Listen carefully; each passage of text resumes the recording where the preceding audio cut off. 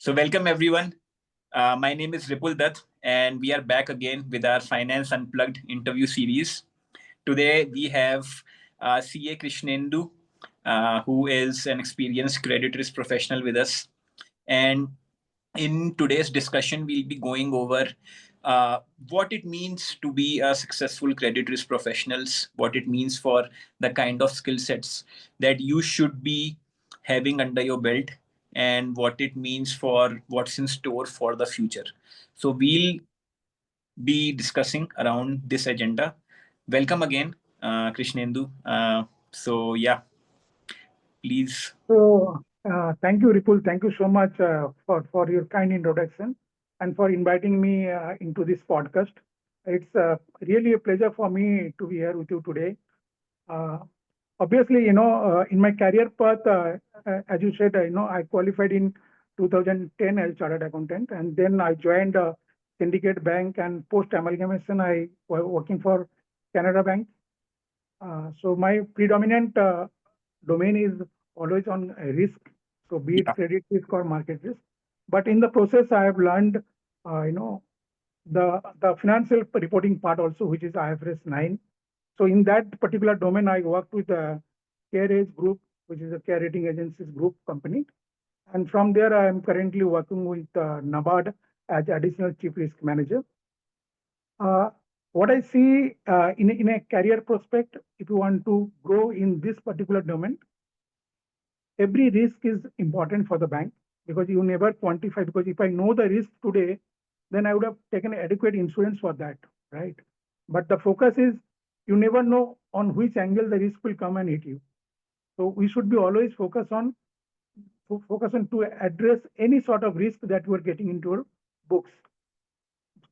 But from career perspective, if you ask me, I will be more focusing on credit risk and market risk. And currently, IFRS 9 is a hot topic because globally it has been addressed in 2018 onwards. But what I see, like a country in India, where we are yet to adopt for banks and financial institutions, only for part of NBFCs that has been applied on. So there is a lot of topics, a lot of discussions, a lot of ideations is going in the regulator concept, because once IFRS 9 is implemented, there will be a hell and heaven difference or impact in the capital perspective as well as financial reporting perspective. Great. If you ask me from another area where I'm seeing a lot of traction is there, that is climate risk. That is also a hot topic that is there in today's market. Where do you see? That's really interesting.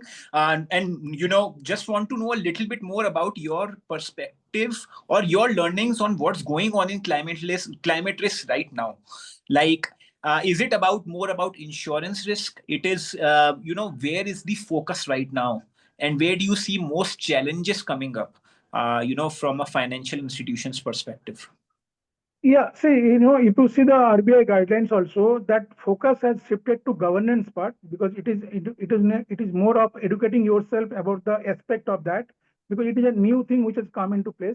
But if you would like to measure, because the physical risk or the transitional risk, because Yeah. there will be a lot of transitional impact on the balance sheet of any companies or any financial institutions. Yeah. So that is that measurement of physical risk and transitional risk, location based, how much, because how much it will impact your portfolio, what Yeah. is the repercussion of that. So there are a lot of analysis is going on, but obviously once it is the sense has been already developed in the market, and people are a lot of people are working on that. I think down the line another 6 months or 1 year we'll be having a full framework for that. That's great. That's great. So you mentioned that, IFRS 9 is one topic that right now you think should be given a lot more attention or brainstorming. Just for the audience, right? Can we go back to, when was the first time you were introduced to IFRS 9 and how it changed your day-to-day job function, how it impacted on a new project, that you undertook, and when you got to implement or work on a project that, that needs to consider IFRS 9 and the regulatory part. Just going back So Yeah, yeah, no, it is. Ripple, see, IFRS 9 is a framework, right? Yeah, And it has been given by International Accounting Standard Board. So the the the focus shifts to IFRS 9 when there is a crisis in 2008, right? okay, yeah, But before that, also people were working on it because they also know that IS 39, which IFRS 9 is replacing or replaced rather. So yeah, that has become an outdated one. People need to get adapted. More transparency should be bring into the annual report or the numbers that we're reporting. yeah, More focus should be given on the risk management, and yeah, more you have to bring investors' confidence into your books, because when you have financial statements across geography measuring yeah, in different terms and conditions, that gives you a scattered sort of information to collate and take a financial decision for the investor. But if yeah. you see the implementation or the application of IFRS 9, that will bring all the economy into parity. So that is the more important thing. But the involvement of that has taken a great shape only post 2008 crisis. Okay. And how have you seen it evolve over, like, any recent changes that you have seen drastically happen, or has it been, in the past, since 2008, right? So that's more than 12 years, right? A lot more than that, 17 years, Yeah, perhaps. yeah. So how has it changed? How has it evolved over the last 17 years? See, I'll tell you in this way. IFRS 9, it is very practical. Obviously, there are some challenges in implementation, but it's very practical. It brings economic reality into the financial statements, Yeah, right? So if you see forward-looking informations are coming into your model development, you have to not only depend upon particular period, but you have to take your historical data, you have to take your current data, you have to take your forward looking data also, and then yeah, only you can build the models. So focus has shift from a as on date number to a more proactive things, because we are moving from a incurred loss model to uh, expected loss model, right? expect. So when you're moving into expected loss, your expectations, my expectations, it will be Yeah, quite different, right? yeah, And then second thing is we are moving from a rule-based applications to a principle-based applications. If you yeah, see in currently in India, we have a 0.40% provision required for a standard account. But that standard accounts will be having 0.40% standard assets provision till 89th day. But once it becomes NPA or impaired, on the 90th day, we have to create 15% provision.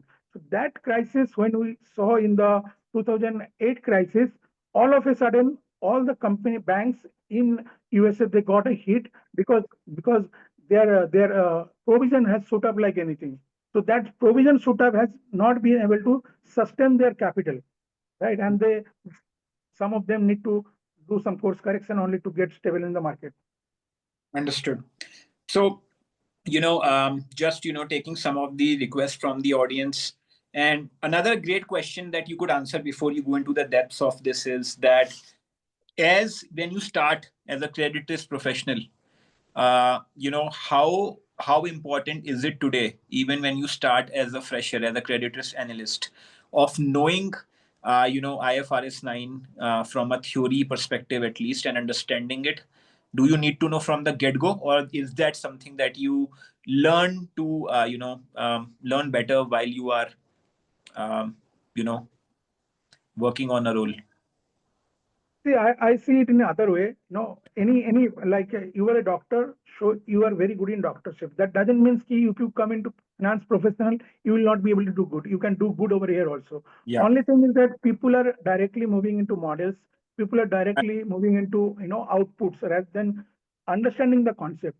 If you are very great or very good understanding of the concept, why it is impacting, because yeah, this IFRS 9 implementation is having a dual impact. It is not only impacting the financial statement, but it is also impacting your capital provision requirement, right? So that is indirectly impacting your Basel 3 or Basel 4. The more provision is required when we have a downturn scenario. In a downturn scenario, when we need to create more provision, that time your capital cost also become very costly, because in a recession scenario, who would like to introduce capital in your financial institutions? So yeah. those rational, those empathy need to be bring into the understanding. Then only you can apply it in a practical sense.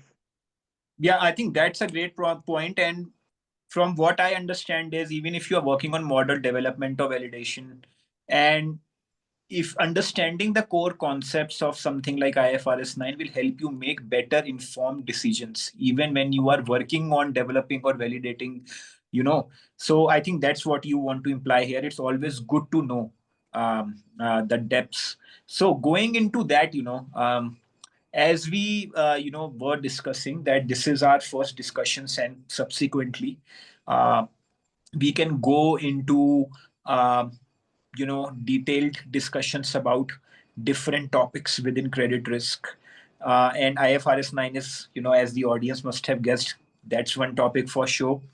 But before going there, right, just want to understand how a little bit more about how you are, going about your day-to-day work today, like these days, and what are the projects focused on from a, from a broader perspective, and what are the kind of challenges or problem statements that you are working on, right?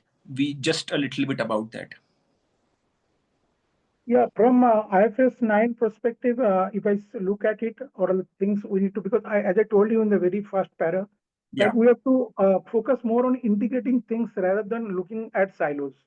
Because sometimes if you integrate things only, then only you can bring the best out of it. Let's say Yeah. I'll give you an example very fairly. If you have a product A and product B, and sale of this increases, then it will have a negative impact on the product B. If product A selling increases, then I have to bring a rationalization which will bring my cost to an optimum level. So Sure. that is how it should be understood. If you Okay. look any of the risk, be it credit risk, market risk, because operational risk is also a thing which people not to focus. But that is also having a substantial impact. Yeah. If it impacts your organizations in true sense, it will be having a lot of changes or lot of impact on the capital. So any risk you cannot take on a silo basis. You have to look it from an integration point of view. That will give you a more optimum and focused result. That is Under- always my thought process. Understood. And to work in a position in which you are working on right now, like what does an ideal candidate's trajectory look like? Like, want to break into credit risk and then take on challenging projects. What do you think? What kind of skills are most important these days? See, I being a chartered accountant will always focus on from numbers point of view, right? So my Okay. numbers is always surrounded around annual report. Because Okay. annual report is a place where you can see every concern, every concept, even the auditor's opinions are also mentioned there, and then management clarification on such audit reports. So Yeah. if you understand the base of a financial statements, because anything you do on a transactional basis, that has to be reported or is to be numbered in the annual report. So anything you do that has to be numbered. So if you go and focus and understanding the business, then I think be it any risk, because market risk will be across institution, it will be almost same, right? Credit risk will be more focused from the approach of the institution. Like if I am having my more appetite, then I can go for more credit risk to take on my board. If my Yeah. appetite is less, then I will be registering such risk in my books. Right. Understood. So again, if you understand the volume of your business, your nature of business, your scale of business, I think that will be the right area to approach where you want to be. That's really great. So, even when you're working in risk management, so your perspective is on top, on all the other things that, you are doing, it will be really beneficial if you are understanding the overall business from a balance sheet and P&L perspective. That's your input. And that helps you manage risks better as well. Yes. So, how much do you think, so you did CA, and now you're working in risk management, right? Your journey from CA to risk management, a lot of people also go for FRM and CFA, or so just want to understand your perspective on how there are different pathways of getting into the corporate risk jobs, right? How should one leverage whichever pathway one is on to have the most successful outcome? This might mean whether going for certifications or focusing on having a hands-on experience on something that is being used in the industry, maybe knowing certain tools. Can we discuss a little bit about that from your perspective? Because there are people coming from various career trajectories. Yeah. So in that, I'll say, when I started my career in risk, I was also focusing on tools or in a particular area. But as I grow, obviously, chartered accountants, that course helped me a lot. But again, after reaching this level, I also feel that FRM is a certification which is really needed. So I have also done my FRM part one. I'm Yeah. waiting, means I'm going to write for my part two in the next May. And you really So appreciated it, the what it brought as an additional value to already what you knew, right? So that's a yeah. learning. So, there is no end of learning, because the day when you feel that I know everything, I think that is the most saturated point of your career. After that, you will not be able to progress. So I think learning should be a continuous one. So after spending 15 years in the industry, then I realized, because I'm now focusing more on the risk part, I realized that I need to have a certification more specialized on risk management. So Yeah. I did my FRM in the last May. Again, in the next May, I will be writing for my part two. Yeah. But if you ask me, you need to focus more on certification or hands-on. I think when you start your career, you need a certification, because without certification, you will not be able to enter any organizations, right? Yeah. But more you have certifications, more uh, it is expected from you to give more value. And when you have to give more value, you can bring more hands-on experience. And you can bring more hands-on experience. The more experience you become from understanding point of view, as well as understand the business why you are working for or what you are working for. Understood. So you are already on your job, and then you decided to do FRM in parallel. So it's helping you. But then there are people who are maybe graduating from college or in college. Many people do in college also. If they do FRM, then it's all adding up. And then when you are in a position, maybe FRM is helping you more. Someone who has done FRM and starting early in the career, you know could think about maybe getting to know what's in demand in the industry, and getting further knowledge or in-depth hands-on experience with the same. How could one decide? That's my question. How could one decide what combination of things at a given time are most important, right? Because that's always a question.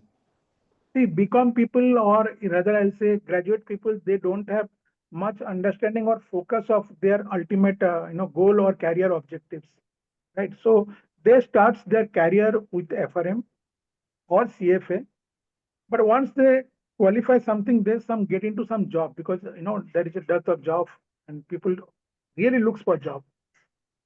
But again, without, because professionals, if you become a professional and then do any certification course, that gives you a focused objective, because for Yeah. that purpose I am doing it. But Yeah. when a graduate people start their career with an FRM, but it is always good to start with something, because Yeah. if you, Exactly. if you don't have a backing of any certification, then again you will not be able to do something. But this FRM or CFS, whatever you may take, this has a lot of acceptance in the market, Yeah. right?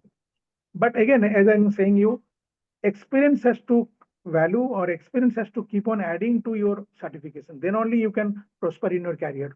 So any graduate who people are doing FRM right after their college days, I will advise them, you keep on doing. But again, with understanding of the concept, and then apply it in real life for a couple of years, then you will go back to what I've learned, whether it is really practically applicable or Yeah. not. That will give you more value addition to the organizations that you are working for, and that will give you more slope in your career objective. Okay, so the main objective is, as a candidate is progressing, you get certifications, you get hands-on experience, and as you are doing those both together, depending on where you are in your career, it will bring more value, uh,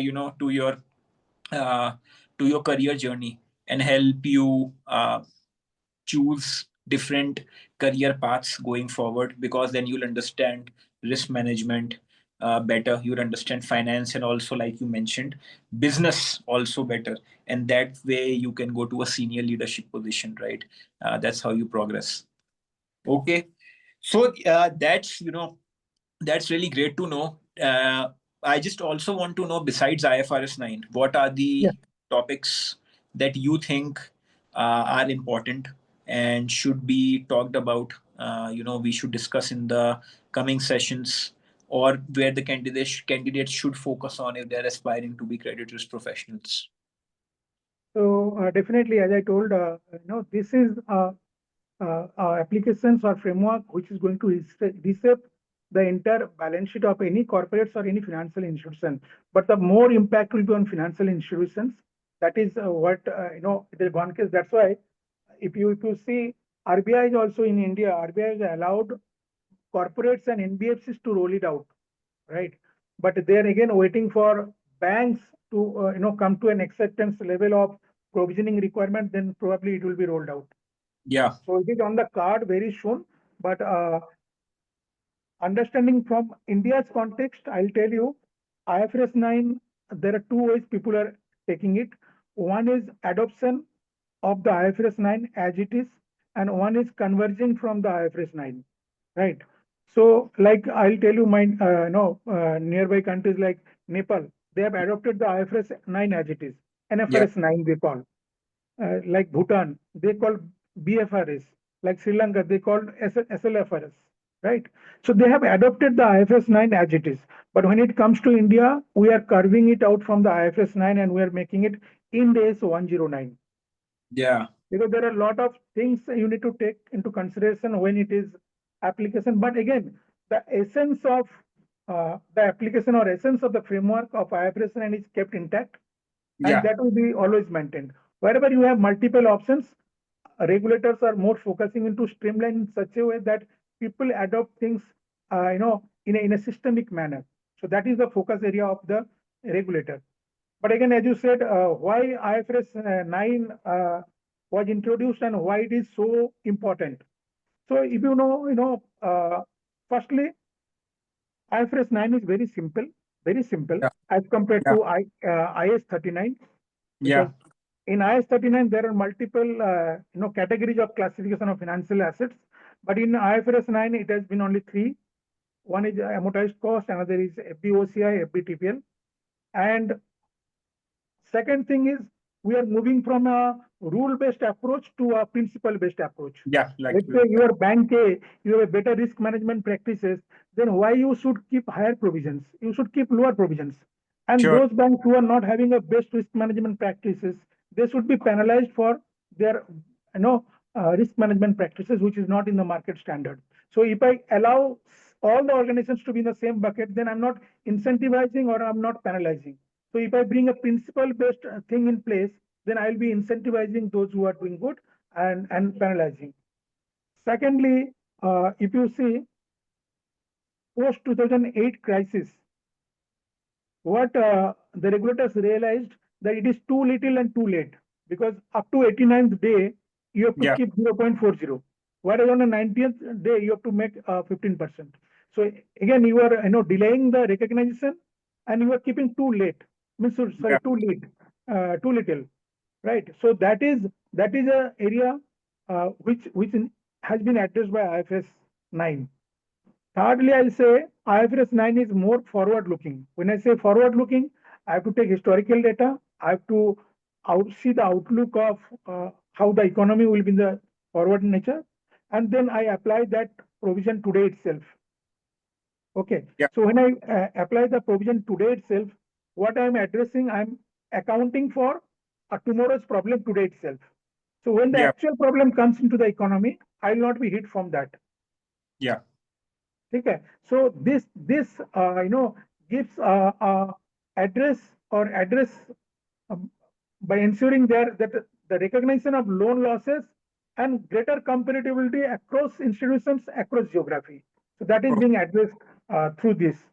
And then the delayed recognitions, there is a hedge accounting policy which has been changed drastically. We are moving yeah, from 81-25% ratio to more risk management practices in the hedge accounting perspective. yeah. Okay, Now, understood. one more, I think you were a tail question like why it is important for banks or any financial institution. First thing is it gives you an early recognition. Second is better capital management always. Third Yeah, is you have enhanced risk management practices in place. and then better cash flow planning also you can do, and Yeah. obviously improved hedge accounting policy or hedge accounting flexibility you can make in place. Understood. Understood. Okay. Yeah. So I think this answers most of the questions that were in place for this session. And as we, like you have already mentioned, what are the core areas or the topics that should be thought about? They should be learned well. They should be researched well. So we'll discuss about those, in the upcoming sessions. Thank you very much for joining us today, even during a busy weekly schedule. Really appreciate that, because people were asking. So, and look forward to having more discussions. Anything you would like to add before we close the first session? Just anything. What's your favorite favorite topic in credit risk? I think it is IFRS 9. Yeah, for me it is IFRS 9 because that is the area I'm really working hard on that. Yeah. Second, in our forthcoming sessions, we'll be discussing categorization of financial assets, how the financial liability recognition Yeah, is different from IFRS 9 and IS 39. will be great. Yeah, what is ECL and how it is being computed, Yeah, how the PD, LGD, and EAD is modeled, then how cash flow also bring into place to let's do that. compute the risk management practices. Then we'll Yeah. be talking about more scenario based, more forward looking. What are the challenges financial institutions are facing to implement these IFRS 9, specifically from data, from technology, from governance perspective, and what organizations should do going forward to cope up the challenges that IFRS 9 will throw, because principal things keeps on changing, and most importantly, how much focus we should keep on for continuous validations of the models. Understood. So, so just for the audience, will it be okay if there are many students also who are FRM one? They have already completed. Many students who are thinking about it. Do you think, if anyone is thinking about a career in finance and risk, and they want to learn a little bit more about credit risk, these sessions can be taken up by students also, right? So if we have a Q&A, we could invite students as well. You don't necessarily need to be a working professional. That's what I wanted to ask, right? We'll Yeah, go. yeah, because see, risk and finance has to go hand in hand. There is Yeah, no exception. yeah, Because ultimately, as I told you, uh, everything has to be quantified, right? yeah. So without finance, how you will quantify? And That, those guys, those who want to have a parallel profession on risk as well as IFRS or accounting, they have to understand the implication of that. So yeah, I think we can have a continuous session for your risk in team and yeah, your community. And yeah. I must acknowledge that during my means FRM part one, I largely got benefited from the questionnaires that you are putting in the group. So I must Okay. acknowledge that. Well, yeah, that's great to know. Happy to provide more value, and thank you so much again for this time. So, like you said, so these sessions will be beneficial for both students and professionals also who want to go ahead in credit risk. And I'm really looking forward to going over the topics from the basics, so people can just come and attend these sessions. Like you mentioned that in the riskin community, there are a lot of people who are looking forward to such sessions, and you are a part of that as well. And looking to have these sessions on a regular basis and help as many students and aspirants who want to just come in and ask questions, or watch the discussions that we have, that will be live on YouTube. Anyone can watch. So Yeah, looking forward to this project. yeah, I personally feel that community has to grow together. So, Yes, there is no senior professional or junior professional or newcomers, nothing like that. that's a We have great. to grow together. Community has to grow together. This is if this is the most important, I would say, think one of the most important things when it comes to having a professional community where everyone has different backgrounds, they have different expertise. There are people who are aspiring to be like the other professionals, and when we have such kind of discussions, it brings all sorts of experiences together, and that way we can have even further even better brainstorming. Like there are many articles that we share, the latest trending articles, and I believe that as more people participate in such in such sessions, that the ones that we are going to have, it will help them also understand these trending articles better. And together, if we focus on such a learning process, such a growth, and such a mindset, if we inculcate within the community, it will bring great results for people at every career stage, right? Yeah, yeah, sure. For Sure. them. I'm already available, and at any point of time you need my help, you consider me as, general community member. I'm Yes. always there to help and stand by my community. I'm part of your community, and I'd like to be there with for my, rest of my career to help out anyone who needs my guidance, my help, and anything else. Thank you so much. That is, that is so great to know.